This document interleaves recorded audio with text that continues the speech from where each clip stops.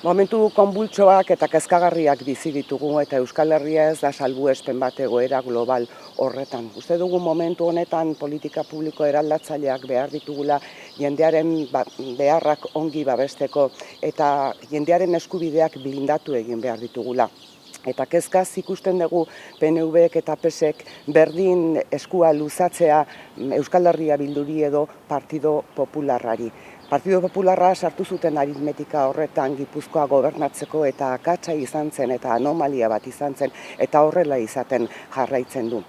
Guk uste dugu politika publiko eraldatzaileak behar direla jendeak gaur egun dituen kezkei erantzuteko, etxe bizitzari erantzuteko, zaintzari erantzuteko edo jendeak bizitza proiektuak aurrera eraman ahal izateko politika publikoak egiteko. Eta bide horretan baldin badira politika horiek Euskal Herria Bilduren eskua luzatuta egongo da. Baita gertuan izango diren aurrekontu prozesuetan ere. Ez da posible da norabiderik gabe aritzea zentroan jarri eta bueltaka aritzea, bueltaka ezpaigoaz inora, ezpaigoaz aurrera eta aurrera joan ezean atzera egin genezakelako. PNVek eta PSek erabaki egin behar dute, norekin negoziatu nahi duten.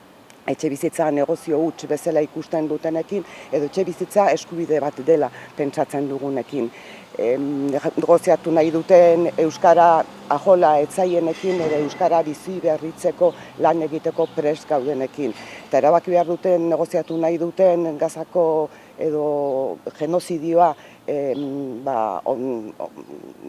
ontzat ematen dutenekin edo herri palestinarraren bakea eta herri palestinarraren giza eskubideak babesten dituztenekin. Politika publikoak eraldatzaileak baldin badira eta jendearen eskubideak blindatzeko babesteko baldin badira Euskal Herria Bildu hor egongo da.